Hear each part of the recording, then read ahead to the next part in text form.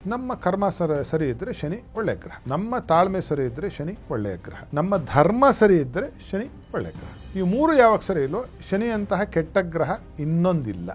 ಶನಿ ಕೆಟ್ಟರೆ ಬೇಗ ವಯಸ್ಸಾಗುವ ಒಂದು ಲಕ್ಷಣಗಳು, ಉಗುರಿಗೆ ಸಂಬಂಧಪಟ್ಟಂತಹ ರೋಗಗಳು, ಕೂದಲಿಗೆ ಸಂಬಂಧಪಟ್ಟಂತಹ ರೋಗಗಳು, ಉದ್ಯೋಗದಲ್ಲಿ ಪದೇ ಪದೇ ಪದೇ ತೊಂದರೆ ತಾಪತ್ರೆಗಳು ಬರುತ್ತೋ ಶನಿ ಖಾಯಂ ಜಾತಕದಲ್ಲಿ ಕೆಟ್ಟೋಗಿದ್ದಾನೆ ಅಂತ ಹೇಳಿ ನಾವು ತಿಳಿದುಕೊಳ್ಳಬೇಕು. ಕರ್ಮಕಾರಕ ಆಗಿದ್ದಾನೆ.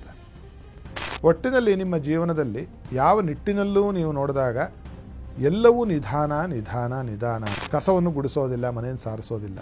ಶನಿಯನ್ನು ನೀವು ಕೆಡಿಸ್ತಿದ್ದೀರಾ ಅಂತ ಅರ್ಥ. ಶನಿಯ ಸ್ಥಳ ಎಲ್ಲಿ ಹೇಳಿದೆ ಗೊತ್ತಾ? ಕಸದ ಸ್ಥಳ ಶನಿಯ ಸ್ಥಳ ಅಂತ. ಯಾರು ಮುಚ್ಚಿಟ್ಟುಕೊಂಡು ಬೆನ್ನ ಹಿಂದೆ ಅಪಪ್ರಚಾರವನ್ನು ಮಾಡುವುದು, ಮಾತನಾಡುವುದು, ಕೆಲಸವನ್ನು ಮಾಡುವುದು, ಪಿತೂರಿಯನ್ನು ಮಾಡುವುದು ಮಾಡ್ತಾರೋ ಅವರು ಶನಿ ಅವರಿಗೆ ಅತ್ಯಂತ ಕೆಟ್ಟ ಫಲವನ್ನು ಕೊಡ್ತಾರೆ.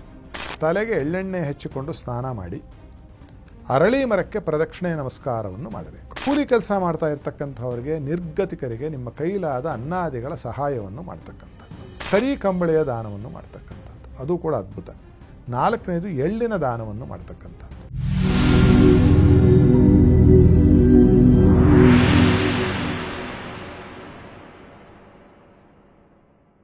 ನಮಸ್ಕಾರ ವೀಕ್ಷಕರೇ, ಟಿವಿ ವಿಕ್ರಮ ಹಂಸಧ್ವನಿ ಕಾರ್ಯಕ್ರಮಕ್ಕೆ ಸ್ವಾಗತ. ನಾನು ಶ್ವೇತಾ. ಯೋಗ ಸೂತ್ರ ಮತ್ತು ಆಧ್ಯಾತ್ಮಿಕತೆಯ ಅರ್ಥಪೂರ್ಣ ವಿಚಾರಗಳನ್ನು ತಿಳಿಸುವಂತಹ ವೇದಿಕೆಯೇ ಹಂಸಧ್ವನಿ ಕಾರ್ಯಕ್ರಮ. ಎಂದಿನಂತೆ ತಮ್ಮ ಅಮೂಲ್ಯ ಹಿತವಚನಗಳಿಂದ ದಾರಿದೀಪವಾಗಿರುವ ತತ್ವಜ್ಞಾನಿಗಳು, ಧರ್ಮಶಾಸ್ತ್ರ ಪಾರಂಗತರು, ವೇದಶಾಸ್ತ್ರ ಪರಿಣಿತರು ಆಗಿರುವಂತಹ ಹಂಸಶ್ರೀ ಸವಿತೃ ಶರ್ಮಾ ಗುರೂಜಿ ಇದ್ದಾರೆ. ಗುರೂಜಿ, ನಿಮಗೆ ಕಾರ್ಯಕ್ರಮಕ್ಕೆ ಆತ್ಮೀಯವಾದ ಸ್ವಾಗತ. ನೀಲಾಂಜನ ಸಮಾಭಾಸಂ ರವಿಪುತ್ರಂ ಯಮಾಗ್ರಜಂ ಛಾಯಾ ಮಾರ್ತಾಂಡ ಸಂಭೂತಂ ತಂ ನಮಾಮಿ ಶನೈಶ್ಚರಂ. ಜೈ ಗುರುದೇವ ದತ್ತ. ಎಲ್ಲರಿಗೂ ಶುಭವಾಗಲಿ. ವೀಕ್ಷಕರೇ, ಹಂಸಧ್ವನಿ ಕಾರ್ಯಕ್ರಮದ ಸರಣಿ ಸಂಚಿಕೆಯಲ್ಲಿ ನಾವು ಒಂದೊಂದು ಗ್ರಹದ ಬಗ್ಗೆ ತಿಳ್ಕೊಳ್ತಾ ಇದ್ದೀವಿ. ಇವತ್ತಿನ ಸಂಚಿಕೆಯಲ್ಲಿ ಶನಿ ಗ್ರಹದ ಬಗ್ಗೆ ತಿಳ್ಕೋಣ. ಗುರುಜಿ, ಶನಿ ಗ್ರಹ ಅಂದುಕೊಳ್ಳಿ ಅಂದರೆ ಕರ್ಮದ ಸಂಕೇತ ಅಂತ ಹೇಳ್ತಾರೆ. ಅದರ ಜೊತೆಗೆ ನ್ಯಾಯ, ತಾಳ್ಮೆಯ ಸಂಕೇತ ಅಂತ ಕೂಡ ಹೇಳ್ತಾರೆ. ಹಾಗಾದರೆ ಶನಿ ಗ್ರಹ ನಿಜವಾಗ್ಲೂ ಒಳ್ಳೆಯದಾ ಕೆಟ್ಟದ್ದಾ ಹೇಳಿ ಗುರುಜಿ? ನೀವೇ ಹೇಳಿದ ಹಾಗೆ ನಮ್ಮ ಕರ್ಮ ಸರಿ ಇದ್ದರೆ ಶನಿ ಒಳ್ಳೆಯ ಗ್ರಹ, ನಮ್ಮ ತಾಳ್ಮೆ ಸರಿ ಇದ್ದರೆ ಶನಿ ಒಳ್ಳೆಯ ಗ್ರಹ, ನಮ್ಮ ಧರ್ಮ ಸರಿ ಇದ್ದರೆ ಶನಿ ಒಳ್ಳೆಯ ಗ್ರಹ. ಈ ಮೂರು ಯಾವಾಗ ಸರಿ ಇಲ್ಲೋ ಶನಿಯಂತಹ ಕೆಟ್ಟ ಗ್ರಹ ಇನ್ನೊಂದಿಲ್ಲ. ಈಗ ಆರಕ್ಷಕರನ್ನು ನೋಡಿ ಯಾರು ಹೆದರ್ಕೋಬೇಕು? ಕಳ್ಳ ಹೆದರ್ಕೋಬೇಕು. ಕಳ್ಳನಲ್ಲದೆ ಇರೋನು ಎದುರಿಗೆ ಬಂದರೆ ಏನು ಮಾಡ್ತಾನೆ? ಆರಕ್ಷಕ ಯಾರಾದ್ರು ಬಂದರೆ ಅವ್ರ ಪಾಟ್ಗಳು ಎದೆ ಎತ್ಕೊಂಡು ಹೋಗ್ತಾರೆ. ಆ ಬೈಕ್ ಬಂತು, ಪೊಲೀಸವ್ರದ್ದು ಜೀಪ್ ಬಂತು ಅಂದ್ರೆ ಬಚ್ಚಿಟ್ಕೊಳ್ಳೋದು ಯಾರು? ಕಳ್ಳಕಾಕರರು, ಅಯೋಗ್ಯ ಕೆಲಸ ಮಾಡೋರು. ಮಿಗ್ದವ್ರು ಅವ್ರ ಪಾಟ್ಗೆ ಅವ್ರು ಹೆಂಗಿರ್ತಾರೋ, ಶನಿಗೆ ಹೆದರಬೇಕಾಗಿರೋರು ಯಾರಾದ್ರೂ ಯಾರು ಕೆಟ್ಟ ಕೆಲಸವನ್ನು ಮಾಡ್ತಾರೋ ಅವರು ಶನಿಗೆ ಹೆದರಲೇಬೇಕು.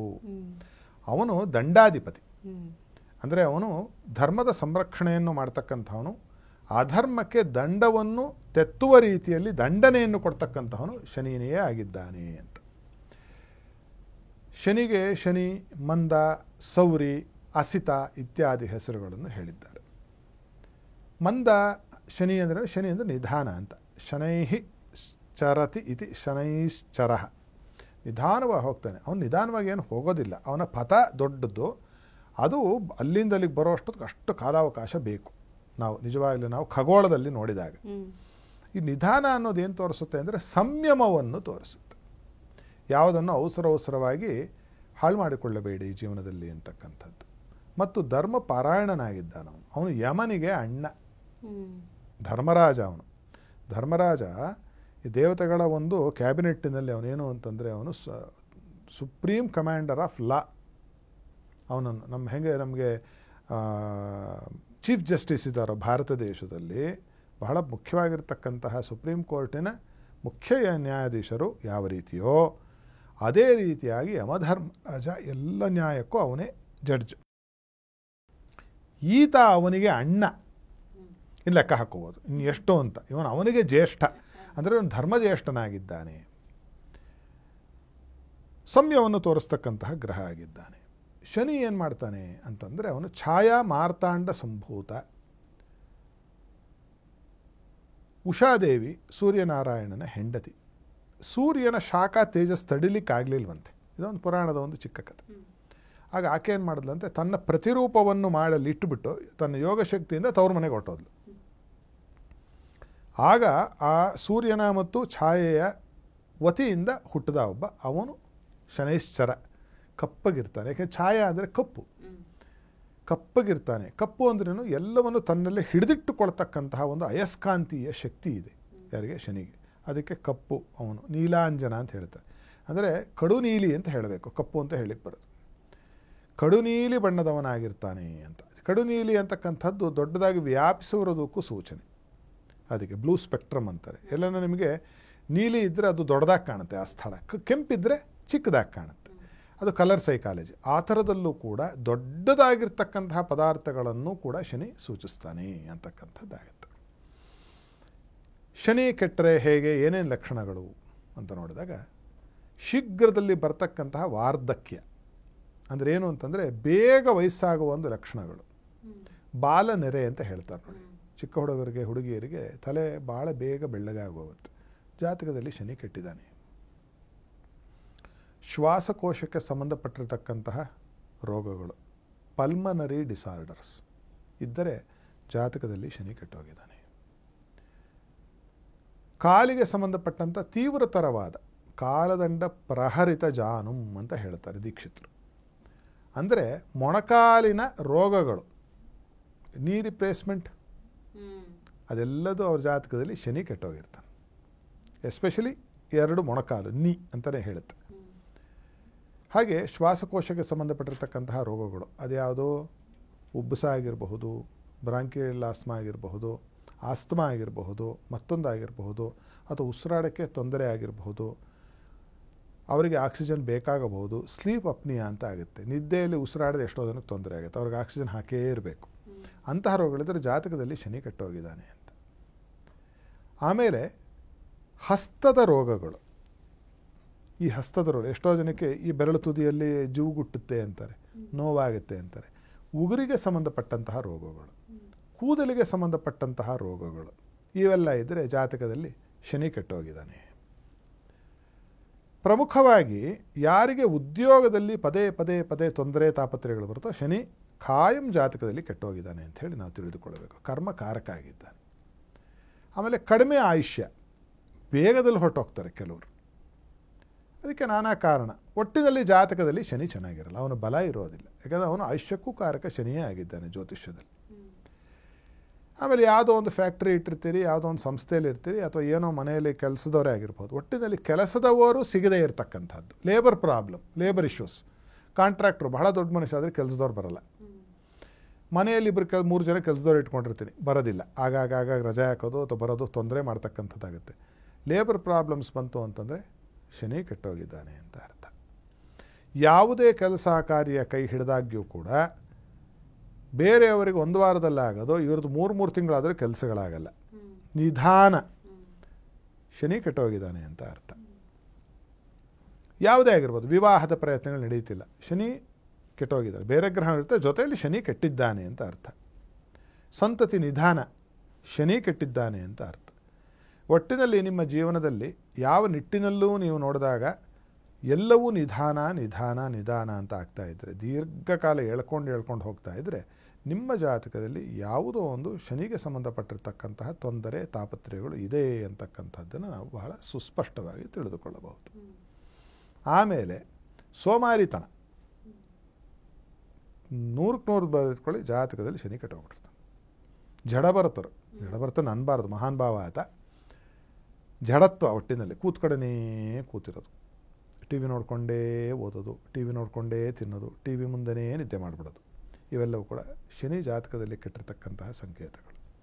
ಆಮೇಲೆ ಗಲೀಜ್ತನ, ಬಹಳ ಶುಚಿತ್ವ ಇಲ್ಲದೇ ಇರ್ತಕ್ಕಂಥ ಅಶುಚಿಯ ಒಂದು ಸಾಗರ ನೋಡ್ಲಿಕ್ಕೆ ಸಿಗುತ್ತೆ ಕೆಲವರು ಮನೆಯಲ್ಲಿ. ಆಯಾಸ ಇಲ್ಲೆಲ್ಲೆಲ್ಲೋ ಬಿಸಾಕೊಂಡಿರ್ತಾರೆ, ಒಪ್ಪ ಓರಣ ಇರುವುದಿಲ್ಲ, ಶನಿ ಕೆಟ್ಟೋಗಿದ್ದಾನೆ ಅಂತ. ಕಸವನ್ನು ಗುಡಿಸೋದಿಲ್ಲ, ಮನೆಯನ್ನು ಸಾರಿಸೋದಿಲ್ಲ, ಶನಿಯನ್ನು ನೀವು ಕೆಡಿಸ್ತಿದ್ದೀರಾ ಅಂತ ಅರ್ಥ. ಕಸವನ್ನು ವಿಲೇವಾರಿ ಮಾಡುವುದಿಲ್ಲ, ಅಲ್ಲಲ್ಲೇ ಬಿದ್ದಿರುತ್ತೆ. ಶನಿಯ ಸ್ಥಳ ಎಲ್ಲಿ ಹೇಳಿದೆ ಗೊತ್ತಾ? ಕಸದ ಸ್ಥಳ ಶನಿಯ ಸ್ಥಳ ಅಂತ. ಆದ್ದರಿಂದ ಈ ಥರ ಕಸ ಮನಸ್ಸಲ್ಲಿ, ದೇಹದಲ್ಲಿ, ನಿಮ್ಮ ಪರಿಸರದಲ್ಲಿ, ನಿಮ್ಮ ಮನೆಯಲ್ಲಿ ಇದೆ ಅಂತಂದರೆ ಶನಿ ನೀವೇ ಹಾಳು ಮಾಡಿಕೊಂಡು ನಿಮ್ಮ ಉದ್ಯೋಗವನ್ನು, ನಿಮ್ಮ ಆಯುಷ್ಯವನ್ನು, ನಿಮ್ಮ ಸಂಯಮವನ್ನು, ನಿಮ್ಮ ನ್ಯಾಯವನ್ನು, ನಿಮ್ಮ ಧರ್ಮವನ್ನು ನೀವೇ ಕೈಯಾರ ಹಾಳು ಮಾಡ್ಕೋತಿದ್ದೀರಾ ಅಂತ ಇದರ ಫಲ. Cleanliness is next to godliness ಅಂತ ಆಂಗ್ಲದಲ್ಲಿ ಹೇಳ್ತಾರೆ. ಶುಚಿತ್ವ ದೇವರು ಬಿಟ್ಟರೆ ಎರಡನೇದು ಯಾವುದು ಒಳ್ಳೆಯದು ಜೀವನದಲ್ಲಿ ಅಂದರೂ ಶುಚಿತ್ವ. ಅದು ನಿಮ್ಮ ಪರಿಸರ ಮಾಡಿಕೊಂಡ್ರೆ ಆಮೇಲೆ ದೇಹಕ್ಕೆ ಬರುತ್ತೆ. ದೇಹ ಬಂದರೆ ಏನಾಗುತ್ತೆ, ನಿಮಗೆ ಮಾತಿಗೆ ಬರುತ್ತೆ. ಮಾತಿಗೆ ಬಂದರೆ ಏನಾಗುತ್ತೆ, ಶುಚಿತ್ವ ಮನಸ್ಸಿಗೆ ಬರುತ್ತೆ. ಆವಾಗ ಶನಿಗೆ ಹೆದರೋ ಅವಶ್ಯಕತೆಯೇ ಇಲ್ಲ, ನಿಮಗೆ ಶನಿ ಹಿಡಿಯೋದೇ ಇಲ್ಲ. ಈ ಸೋಮಾರಿತನ, ಈ ಯಾರು ಅಶುಚಿತ್ವವನ್ನು ಮಾಡ್ತಾರೋ, ಕೆಟ್ಟ ಕೆಲಸವನ್ನು ಮಾಡ್ತಾರೋ ಮತ್ತು ನೆರಳಲ್ಲಿ ಮಾಡುವ ಕೆಲಸವನ್ನು ಮಾಡ್ತಾರೋ, ನೆರಳಲ್ಲಿ ಮಾಡೋದು ಮುಚ್ಚಿಟ್ಕೊಂಡು ಮಾಡೋದು ಅಂತ, ಯಾರು ಮುಚ್ಚಿಟ್ಟುಕೊಂಡು ಬೆನ್ನ ಹಿಂದೆ ಅಪಪ್ರಚಾರವನ್ನು ಮಾಡುವುದು, ಮಾತನಾಡುವುದು, ಕೆಲಸವನ್ನು ಮಾಡುವುದು, ಪಿತೂರಿಯನ್ನು ಮಾಡುವುದು ಮಾಡ್ತಾರೋ ಅವರು ಶನಿ ಅವರಿಗೆ ಅತ್ಯಂತ ಕೆಟ್ಟ ಫಲವನ್ನು ಕೊಡ್ತಾನೆ. ಬ್ಲ್ಯಾಕ್ ಮಾರ್ಕೆಟಿಯರ್ಸು ಶನಿನೇ ಕಾರಣ, ದಂಡ ಕೊಡ್ತಾನೆ. ಇವತ್ತಲ್ಲ ನಾಳೆ ಎಂಥ ಒದೆ ಬೀಳುತ್ತೆ ಅಂತಂದರೆ ಅವರಿಗೆ ಸುಧಾರಿಸಿಕೊಳ್ಳಲಿಕ್ಕೆ ಆಗುವುದಿಲ್ಲ. ಅವ್ರು ಅಂದ್ಕೊಂಡಿದ್ದಾರೆ. ಹಿಂದಿಯಲ್ಲೊಂದು ಮಾತು ಹೇಳ್ತಾರೆ, ಭಗವಾನ್ ಕಾ ಘರ್ ಮೇ ದೇರ್ ಹೈ ಅಂಧೇರ್ ನಹಿ. ಕತ್ತಲಿಲ್ಲ, ಅವನು ಕತ್ತಲಲ್ಲಿ ಇರ್ತಾನೆ, ಕತ್ತಲು ಹೊಡೆಯೋದು ಗೊತ್ತಾಗಲ್ಲ. ಅವನ ದಂಡ ಇದೆಯಲ್ಲ, ಕಣ್ಣಿಗೆ ಕಾಣದೇ ಇರೋ ದಂಡ ಶನೈಶ್ಚರಂದು. ಒಂದು ಬಿಟ್ಟ ಅಂತಂದರೆ ಜೀವನ ಪರ್ಯಂತ ಮನುಷ್ಯ ಹಾಳಾಗಿ ಹೋಗ್ತಾನೆ. ಅದಕ್ಕೊಂದೇ ಪರಿಹಾರ ಏನು ಅಂತಂದರೆ ನಾವು ಬಹಳ ಸಂಯಮ ಭರಿತವಾದ ಜೀವನವನ್ನು ನಡೆಸ್ತಕ್ಕಂಥದ್ದು, ಅಶುಚಿತ್ವವನ್ನು ದೂರ ಬಿಡ್ತಕ್ಕಂಥದ್ದು, ಸೋಮಾರಿತನವನ್ನು ಬಿಟ್ಟುಬಿಡ್ತಕ್ಕಂಥದ್ದು, ಕಾರ್ಯೋನ್ಮುಖರಾಗಿ ಸದಾ ಇರತಕ್ಕಂಥದ್ದು, ಚಟುವಟಿಕೆಯಿಂದ ಇರತಕ್ಕಂಥದ್ದು, ಧರ್ಮವನ್ನು ಪಾಲಿಸ್ತಕ್ಕ. ಧರ್ಮ ಅಂದರೆ ನಾನು ಜಾತಿ ಹೇಳ್ತಿಲ್ಲ. ಒಂದು ಕುಲಧರ್ಮ ಇದೆ, ನಿಮ್ಮ ಮನೆಯ ಧರ್ಮ ಇದೆ, ಆಶ್ರಮ ಧರ್ಮ ಇದೆ. ಬ್ರಹ್ಮಚಾರಿ ಹೆಂಗಿರಬೇಕು, ಗೃಹಸ್ಥ ಹೆಂಗಿರಬೇಕು, ವಿದ್ಯಾರ್ಥಿ ಹೆಂಗಿರಬೇಕು, ಗುರು ಹೆಂಗಿರಬೇಕು, ಶಿಷ್ಯ ಹೆಂಗಿರಬೇಕು, ಭಾರತೀಯ ಪ್ರಜೆ ಹೇಗಿರಬೇಕು, ಜನನಾಯಕರು ಹೇಗಿರಬೇಕು, ಒಬ್ಬ ಸಚಿವ ಹೇಗಿರಬೇಕು, ಒಬ್ಬ ಮಂತ್ರಿ ಹೇಗಿರಬೇಕು, ಎಲ್ಲವೂ ಕೂಡ ಧರ್ಮದ ಒಂದು ಸರಹದ್ದಲ್ಲೇ ಇರುತ್ತೆ. ಅವರವರವರವರ ಆ ಧರ್ಮವನ್ನು ಮಾಡಿಕೊತ ಹೋದರೆ ಶನಿಗೆ ಹೆದರುವ ಅವಶ್ಯಕತೆ ಯಾರಿಗೂ ಬೀಳುವುದಿಲ್ಲ. ಇದು ಮೊದಲನೆಯ ಪರಿಹಾರ. ದೊಡ್ಡ ಪರಿಹಾರ ಇದೆ. ಎರಡನೆಯ ಪರಿಹಾರ ಏನು ಅಂತಂದರೆ, ಗುರುವಾರ ಮತ್ತು ಶನಿವಾರದ ದಿವಸ ತಲೆಗೆ ಎಳ್ಳೆಣ್ಣೆ ಹೆಚ್ಚಿಕೊಂಡು ಸ್ನಾನ ಮಾಡಿ ಅರಳಿ ಮರಕ್ಕೆ ಪ್ರದಕ್ಷಿಣೆ ನಮಸ್ಕಾರವನ್ನು ಮಾಡಬೇಕು. ಇದು ಗುರುವಾರ ಮತ್ತು ಶನಿವಾರ ಎರಡೇ ದಿವಸ. ನಿಮ್ಗೆ ಇಷ್ಟ ಬಂದ ದಿವಸ ಹೋಗೋದು ಇಲ್ಲ, ಶಾಸ್ತ್ರದಲ್ಲಿ ಹೇಳಿಲ್ಲ. ಹೇಗೆ ಬರಬೇಕು ಅರಳಿ ಮರಕ್ಕೆ ಪ್ರದಕ್ಷಿಣೆ ನಮಸ್ಕಾರ ಅಂದರೆ, ತುಂಬು ಗರ್ಭಿಣಿಯಾಗಿರ್ತಕ್ಕಂಥ ಒಬ್ಬ ತಾಯಿ ತಲೆ ಮೇಲೆ ದೊಡ್ಡ ಒಂದು ಮಡಿಕೆಯಲ್ಲಿ ನೀರು ತುಂಬಿಸ್ಕೊಂಡ್ರೆ ಹೇಗೆ ನಡೀತಾಳೆ ಪಾಪ ಆಕೆ, ಆ ರೀತಿಯಾಗಿ ನಿಧಾನಕ್ಕೆ ಬರಬೇಕು. ಶಬ್ದ ಆಗಬಾರ್ದು, ಕಾಲಿನ ಸಪ್ಪಳ ಆಗಬಾರ್ದು, ಶಬ್ದ ಆಗಬಾರ್ದು, ಕಾಲಿಟ್ಟಿದ್ದು. ಆ ರೀತಿಯಾಗಿ ಪ್ರದಕ್ಷಿಣೆ ಬಂದು ಅಶ್ವತ್ಥವೃಕ್ಷನ ಎರಡು ಕೈಯಿಂದ ಮುಟ್ಟಿ ನಂತರದಲ್ಲಿ ದೀರ್ಘದಂಡ ಮಾಡಬೇಕು. ಹೆಣ್ಣುಮಕ್ಕಳಾದರೆ ಮುಟ್ಟಬೇಕು, ಅರ್ಧ ನಮಸ್ಕಾರವನ್ನು ಮಾಡಬೇಕು, ಮೊಣಕಾಲು ಬಗ್ಗಿಸಿ ನಮಸ್ಕಾರವನ್ನು ಮಾಡಬೇಕು ಶನಿವಾರದ ದಿವಸ. ಕೂಲಿ ಕೆಲಸ ಮಾಡ್ತಾ ಇರ್ತಕ್ಕಂಥವರಿಗೆ, ನಿರ್ಗತಿಕರಿಗೆ ನಿಮ್ಮ ಕೈಲಾದ ಅನ್ನಾದಿಗಳ ಸಹಾಯವನ್ನು ಮಾಡ್ತಕ್ಕಂಥದ್ದು. ಕಾಯ ಕಷ್ಟವನ್ನು ಮಾಡ್ತಾರಲ್ಲ ಅಂತಹವರಿಗೆ, ನಿಮ್ಮ ಕೆಲಸದವರನ್ನು ಸರಿಯಾಗಿ ನೋಡಿಕೊಳ್ತಕ್ಕಂಥದ್ದು. ಎಲ್ಲೂ ಮನೆಯಲ್ಲೂ ನಿಮ್ಮ ಪರಿಸರದಲ್ಲೂ ಕಸ ಇಲ್ಲದೆ ಇರುವ ರೀತಿಯಲ್ಲಿ ನೀವೇ ಶುಚಿಯನ್ನು ಮಾಡ್ತಿರೋ ಶುಚಿತ್ವವನ್ನು ಕಾಪಾಡಿಕೊಳ್ತಕ್ಕಂಥದ್ದು. ಕೆಲಸವನ್ನು ನಾಳೆ ಮಾಡ್ತೀನಿ ಅಂತ ವಾಯ್ದೆ ಹಾಕಿದೆ, ಪೋಸ್ಟ್ಪೋನ್, ಪ್ರೊಕ್ರಾಸ್ಟಿನೇಷನ್ ಅಂತ ಏನು ಆಂಗ್ಲ ಭಾಷೆಯಲ್ಲಿ ಹೇಳ್ತೀವಿ. ಇವತ್ತೇ ಮಾಡ್ತೀನಿ ಅಂತ ಹೊರಟು ಬಿಡಬೇಕು. ನೀವು ಅದು ಕೆಲಸ ಆಗುತ್ತೋ ಬಿಡುತ್ತೋ ಯೋಚನೆ ಮಾಡಬೇಡಿ. ಆಗಿಂದಾಗಲೇ ನಾವು ಕಾರ್ಯೋನ್ಮುಖರಾಗ್ತಕ್ಕಂಥದ್ದು. ಇದು ಕೂಡ ಅದ್ಭುತವಾದ ಒಂದು ಪರಿಹಾರ. ಆಮೇಲೆ ಇಷ್ಟೆಲ್ಲ ಮಾಡಿದ ನಂತರದಲ್ಲಿ ಇನ್ನೂ ಒಂದು ಪರಿಹಾರ ಏನು ಅಂತಂದರೆ, ಬಹಳ ಸಂಕಷ್ಟಗಳಿದೆ ಅಂತಂದಾಗ, ಈ ಥರದ ಲಕ್ಷಣ ಇದ್ದಾಗ, ನಾನು ಹೇಳ್ತಿರೋದು ಎಲ್ಲದಕ್ಕೂ ಅಲ್ಲ, ಶನಿ ಕೆಟ್ಟಾಗ ಯಾವ ನದಿಯ ಬುಡದಲ್ಲಿ ಅರಳಿ ಮರ ಇದೆಯೋ ನೋಡ್ಕೊಳ್ಳಿ. ಯಾವ ನದಿಯ ಬುಡದಲ್ಲಿ ಹರಿತಾ ಇರೋ ನೀರಾಗಬೇಕು, ಕೆರೆ ಕೊಳ್ಳ ಬಾವಿ ಎಲ್ಲ, ನದಿನೇ. ಅರಳಿ ಮರದ ಇರಬೇಕು, ಅರಳಿ ಮರದ ನೆರಳು ಹರಿತಾ ಇರುವ ನೀರಿನ ಮೇಲೆ ಬೀಳಬೇಕು. ಆ ಅರಳಿ ಮರ ನೆರಳು ಬಿದ್ದಂತಹ ಆ ನದಿಯಲ್ಲಿ ಸ್ನಾನ ಮಾಡುವುದು. ಇಲ್ಲಿ ಜವಾಬ್ದಾರಿ ನಿಮ್ಮದು, ಹೇಳೋದಷ್ಟೇ ನಮ್ಮದು. ಅಲ್ಲಿ ಏನು ಆಳ ಇದೆಯೋ, ಅಲ್ಲಿ ಏನು ಪರಿಸ್ಥಿತಿ ಅದು ನೋಡ್ಕೊಂಡು ನೀರುಗಳಿರಿ ದಯವಿಟ್ಟು ಮಹಾಜನರು. ಹೇಳಿದೆ ಅಂದ್ಬಿಟ್ಟು ಎಲ್ಲೆಲ್ಲೋ ಹೋಗಿ ಬಿದ್ದು ಆಮೇಲೆ ಇನ್ನೇನಾದರೂ ತಲೆಗೆ ತಂದ್ಕೋಬೇಡಿ, ಅದು ನಾವು ಜವಾಬ್ದಾರರಲ್ಲ. ಅದನ್ನು ಹೇಳೋದಷ್ಟೇ, ಶಾಸ್ತ್ರ ಪ್ರತಿಪಾದನೆ ನಾವು ಮಾಡ್ತಾ ಇದ್ದೀವಿ. ಅಲ್ಲ ಸ್ಥಳೀಕರನ್ನು ಸರಿಯಾಗಿ ಕೇಳಿಕೊಂಡು ಅಲ್ಲಿ ಇಳಿಯಬಹುದಾ, ಎಷ್ಟಾಳ ಇದೆ, ಏನೂ ತೊಂದರೆ ಇಲ್ವಾ ಅಂತ ಕೇಳ್ಕೊಂಡು ಇಳಿಯೋದು ನಿಮಗೆ ಬಿಟ್ಟಿರ್ತಕ್ಕಂಥದ್ದು. ಅಂತಹ ಸ್ಥಳದಲ್ಲಿ ಸ್ನಾನ ಮಾಡ್ತಕ್ಕಂಥದ್ದು ಶನಿಯ ಒಂದು ಆಮೇಲೆ ಅದರಲ್ಲಿ ಬಟ್ಟೆ ಬಿಸಾಕೋದು, ಎಣ್ಣೆ ಸುರಿದು ಬಿಡೋದು ದಯವಿಟ್ಟು ಮಾಡಬೇಡಿ. ಯಾವ ಶಾಸ್ತ್ರದಲ್ಲೂ ಹೇಳಿಲ್ಲ. ಎಷ್ಟೋ ಜನರು ನೋಡಿದ್ದೀನಿ ನಾನು, ಆ ನೀರಿನಲ್ಲಿ ಬಟ್ಟೆ ಬಿಟ್ಬಿಡ್ತಾರೆ. ಇದೇನಾಗುತ್ತೆ ಗೊತ್ತಾ, ಇದು ಬಿಟ್ಟರೆ ಬಟ್ಟೆ ನಿಮಗೆ ಶುಕ್ರ, ಆದ ನೀರಲ್ಲಿ ನೀವು ನೆನೆ ಇಟ್ಟರೆ ನಿಮಗೆ ಏನಾಗುತ್ತೆ ಅಂತಂದರೆ ನಿಮಗೆ ರೋಗ ರುಜಿನಗಳು ಬರುತ್ತೆ ಬೇಗ. ನೀರಲ್ಲಿ ಬಿಡಬಾರ್ದು ಬಟ್ಟೆಯನ್ನು, ಹೊರಗಡೆ ಬಿಚ್ಚಾಕಿ, ಒಂದು ಕಡೆ ಗುಡ್ಡೆ ಹಾಕಿ ಯಾರನ್ನು ತೊಗೊಂಡು ಹೋಗ್ತಾರೆ. ಆ ನೀರಲ್ಲಿ ಬಿಟ್ಟರೆ ಆ ಇಡೀ ನೀರನ್ನು ನೀವು ಹಾಳು ಮಾಡಿದ್ರೆ ನಿಮಗೆ ಬರಬಾರ್ದು ರೋಗಗಳು ಬಂದು ಹೋಗುತ್ತೆ. ಇದು ಒಂದು ನಿಮ್ಮ ಕಾಳಜಿ, ಎರಡನೇದು ಪರಿಸರದ ಕಾಳಜಿಯೂ ಇರಬೇಕು. ಅಲ್ಲಿ ಏನಾಗಬೇಕು, ಆ ನೀರು ಬಂದು ವಾಸನೆ ಬರುತ್ತದು ಅಲ್ವೇ, ಅಲ್ಲೆಲ್ಲ ಯಾರಾದ್ರು ಬೇರೆಯವ್ರು ಸ್ನಾನ ಮಾಡೋಕ್ಕಾಗುತ್ತೆ, ಆ ನೀರನ್ನು ಕುಡಿಲಿಕ್ಕಾಗುತ್ತೆ. ಅದು ಜೀವ ಅಂದರೆ ನೀರು. ಆಪೋವಾ ಇದಗಂ ಸರ್ವಂ ವಿಶ್ವ ಅಂತ ಹೇಳುತ್ತೆ. ಇಡೀ ನೀರು ಪ್ರಪಂಚ ಯಾವುದು ಅಂದರೆ ನೀರಂತೆ. ಆಪೋವಾ ಭೇಷಜಂ, ನೀರೇನು ಅಂದರೆ ಔಷಧಿ ಅಂತೆ ವೇದ ಹೇಳ್ತಾ ಇರೋದು. ಆದ್ದರಿಂದ ಔಷಧಿನ ಯಾಕೆ ಹಾಳು ಮಾಡ್ತಿದ್ದೀರಿ? ಅದಿಲ್ಲದೆ ಇದ್ದರೆ ನಮ್ಮ ಜೀವನನೇ ನಡೆಯೋದಿಲ್ಲ. ಬಟ್ಟೆ ಬಿಡಬೇಡಿ ಅನ್ನೋದಕ್ಕೆ ಇಷ್ಟು ಹೇಳಬೇಕಾಯ್ತು. ಸ್ನಾನ ಮಾಡಿ ಮೇಲೆ ಬರಬೇಕಷ್ಟೆ, ಅದೊಂದು. ಆಮೇಲೆ ಇನ್ನೊಂದು ಪರಿಹಾರ ಏನಂದರೆ ಆಂಜನೇಯ ಸ್ವಾಮಿಯ ಒಂದು ಸೇವೆಯನ್ನು, ಪೂಜೆಯನ್ನು, ಶ್ಲೋಕವನ್ನು ಹೇಳ್ತಕ್ಕಂಥದ್ದು. ಶನಿವಾರದ ದಿವಸ ಉಪವಾಸವನ್ನು ಮಾಡ್ತಕ್ಕಂಥದ್ದು. ಇಷ್ಟೂ ಮಾಡಿದರೆ ಶನಿಗ್ರಹ ಕೃತ ದೋಷವು ಎಂಥದ್ದೇ ಇದ್ದರೂ ಕೂಡ, ಮತ್ತು ಕಬ್ಬಿಣವನ್ನು ದಾನ ಮಾಡ್ತಕ್ಕಂಥದ್ದು. ಕಬ್ಬಿಣ ಅಂದರೆ ಈಗಿನ ಕಾಲ ಸ್ಟೀಲ್ ಆಗಬಹುದು. ಕುಂಬಳಕಾಯಿ ದಾನ ಮಾಡ್ತಕ್ಕಂಥದ್ದು, ಅದು ಬೂದ ಕುಂಬಳಕಾಯಿ ಆಗಬೇಕು, ಸಿಹಿ ಕುಂಬಳಕಾಯಿ ಕೆಲಸಕ್ಕೆ ಬರೋದಿಲ್ಲ. ಮೂರನೇದು ಕರಿ ಕಂಬಳಿಯ ದಾನವನ್ನು ಮಾಡ್ತಕ್ಕಂಥದ್ದು, ಅದು ಕೂಡ ಅದ್ಭುತ. ನಾಲ್ಕನೇದು ಎಳ್ಳಿನ ದಾನವನ್ನು ಮಾಡ್ತಕ್ಕಂಥದ್ದು. ಐದನೆಯದು ಎಳ್ಳನ್ನೇ ದಾನ ಮಾಡ್ತಕ್ಕಂಥದ್ದು. ಇಷ್ಟೂ ಮಾಡಿದ್ದೇ ಆದರೆ ಎಂತಹ ಕಷ್ಟಕರವಾದ, ಎಂತಹ ಪ್ರಬಲವಾದ ಶನಿದೋಷವಿದ್ದಾಗ್ಯೂ ಕೂಡ ಅದು ಪರಿಹಾರವಾಗಿ ಸುಖ ಸಂತೋಷ ನಿಮ್ಮ ಪಾಲಿಗೆ ಬರುತ್ತೆ ಅಂತಕ್ಕಂಥದ್ದನ್ನು ಹೇಳ್ಬೋದು. ಖಂಡಿತ ಗುರೂಜಿ. ಅಂದರೆ ಶನಿ ಗ್ರಹದಿಂದ ಉಂಟಾಗುವಂಥ, ಶನಿ ಕೆಟ್ಟರೆ ಏನೆಲ್ಲ ಲಕ್ಷಣಗಳು ಹೇಳಿದ್ರಲ್ಲ, ಬಹುಶಃ ತಿಳಿಯದೆಯೋ ಈ ಸೋಮಾರಿತನ ಮನೇಲಿ ಯಾರು ಹೊಲಸು ಮಾಡ್ತಾ ಇರ್ತಾರೆ, ಶನಿ ಅಂತ ಬೈತಾ ಇರ್ತಾರೆ.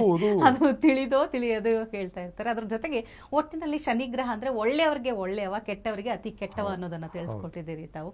ಧನ್ಯವಾದಗಳು ಗುರೂಜಿ. ಶನೇಶ್ವರ ಗ್ರಹಸ್ಯ ಪೂರ್ಣ ಕೃಪಾ ಕಟಾಕ್ಷ ಸಿದ್ಧಿರಸ್ತು.